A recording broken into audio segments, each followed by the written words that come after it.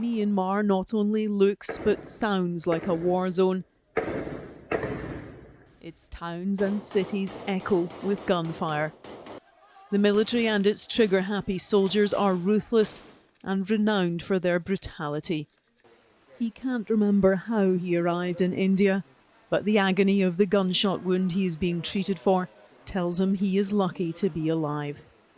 And we are concealing his identity to keep it that way and protect the lives of the family he has left behind. They had joined a peaceful protest when the military suddenly opened fire.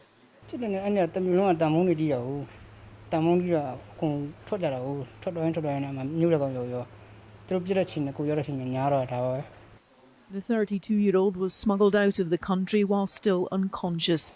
Fellow protesters managed to drive him and several others with life-threatening injuries across the border, and they were then taken 100 kilometres north to this hospital in Impel.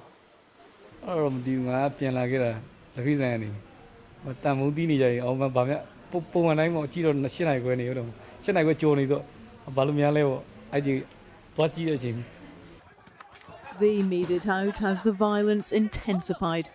Horrifying scenes like this have become an almost daily occurrence.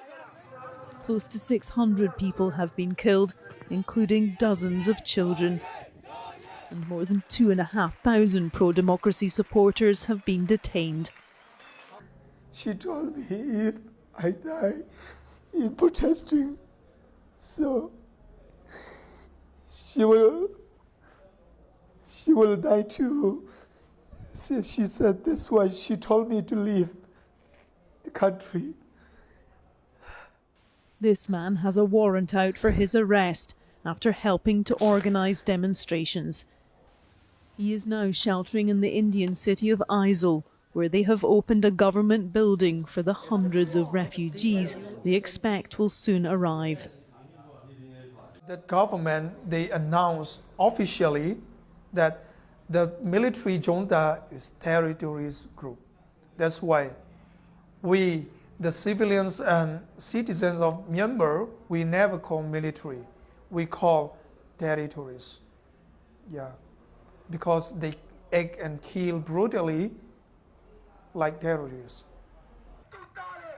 The streets of Mandalay are a deadly place to be, but still today they rallied in defiance. This is a country where democracy and these brave people are fighting for their life. Myanmar's armed forces have one of the highest numbers of child soldiers in the world. The Tamadaw, as the military is called, has denied the forced conscription of mainly young boys.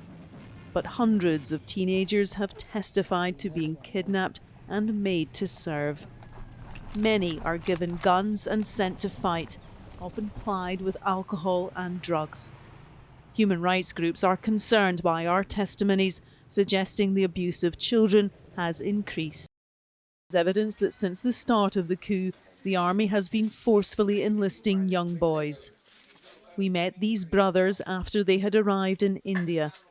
Their parents arranged to have them smuggled across the border to safety. The youngest is 13.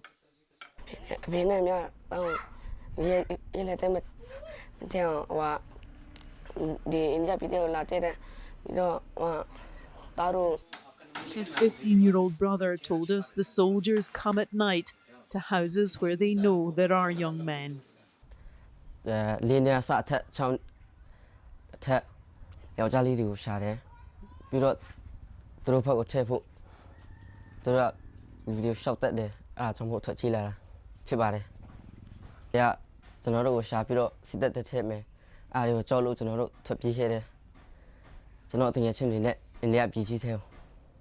While we were filming at the border in India, more boys arrived saying they too had escaped for fear of being forced into the army.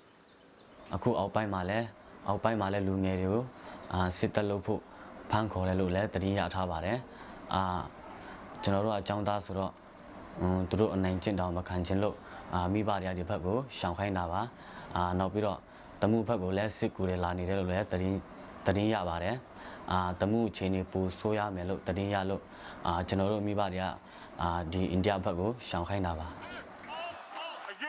It is the military's brutal history in Myanmar which continues to compel these protests. In this conflict, the army once again has the blood of children on its hands.